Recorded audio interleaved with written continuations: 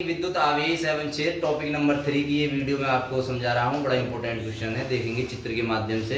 एक चित्र दिया है और चित्र में आपने बिंदु ए और बी रख लिया।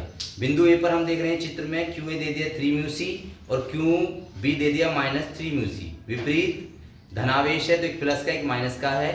बिंदु ए से बी तक की दूरी चित्र में दे रखी है r बराबर 20 सेंटीमीटर और इसके मध्य बिंदु ले लिया ओ लेने पर ए और ओ की दूरी आधी आगी आर ए बराबर 10 सेंटीमीटर।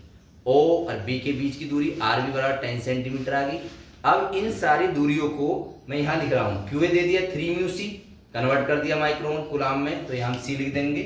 ये सी आ गया, ये भी यहाँ सी आ गया। अब उसके बाद क्यू बी दे दिया -3 म्यू सी, इसे भी हमने कन्वर्ट कर दिया कूलाम में, क्योंकि एक माइक्रोन कूलाम में 10⁻⁶ कूलाम होते हैं।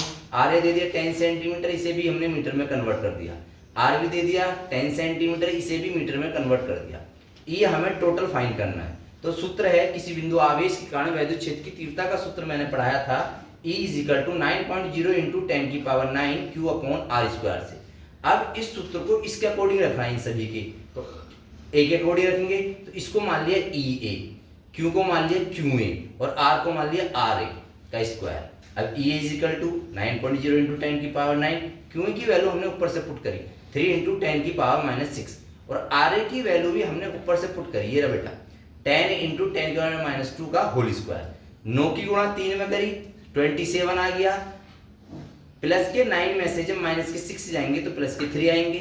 नीचे देखेंगे 10 के ऊपर 2 आ रहा है, 10 के ऊपर स्क्वायर आ रहा है, तो 10 की 2 का मतलब है 10 × 10 और 2 की गुणा -2 में करी 10⁻⁻⁴। फिर आगे देखेंगे EA = 27, ये आ गया, 10⁻³ आ गया।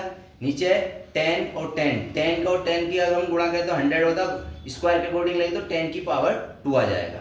10⁻⁻⁴ आ गया, ऊपर का सेम आ गया। माइनस के 4 में से जो प्लस का 2 जाएगा तो माइनस का 2 हो जाएगा, क्योंकि माइनस का 4 ज्यादा है। माइनस का 2 बटे के नीचे है, इसलिए ऊपर लेके जाएंगे तो प्लस का हो जाएगा। EA = 27 आ गया, 3 और 2 10⁵ आ गया। अब EB ज्ञात करने का तरीका एक तो ये है कि हम इन डिजिटों को सेम अकॉर्डिंग उतारते चले जाएं। ये दूसरा तरीका क्या है कि हम देख रहे हैं जो वैल्यू हमारी QA की है वही QB की है, जो RA की है वही RB की है।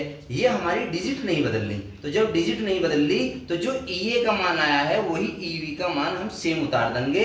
शर्त यह रहेगी कि डिजिट नहीं बदलनी चाहिए बेटा। अब हमने क्या करा, E = EA + EB। EA का मान हम देख रहे हैं 2 × 10⁻⁻⁵ प्लस EB का मान भी सेम ही आ गया 27 × 10⁵, 27 54 प्लस आ रहा, दोनों घातों में से घात हमने कॉमन ले ली 10⁵ न्यूटन प्रति कूलम। इसकी सेकंड कंडीशन क्या कह रहा है सवाल की, इसी वीडियो में मैं आपको समझाऊं। सेकंड कंडीशन Q0 परीक्षण आवेश दे दिया, देखेंगे बड़े ध्यान से 1.5 × 10⁹ और E जो आया है ये वाला E, ये हमने वहां पुटअप कर दिया। F हमें इसका फाइंड करना। वैसे तो आपने सूत्र पढ़ा है विद्युत क्षेत्र की तीव्रता E = F/Q0 से, E = F/Q0 से, लेकिन क्रॉस मल्टीप्लाई करने पर E = F × Q0 आ जाएगा।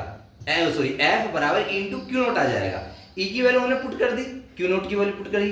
54 × 1.5 की जब हम गुणा करेंगे तो 81 आएगा। घाते प्लस की 9 और प्लस की 5 दोनों को जोड़ेंगे तो 14 आएगा। वीडियो समाप्त हुई, धन्यवाद।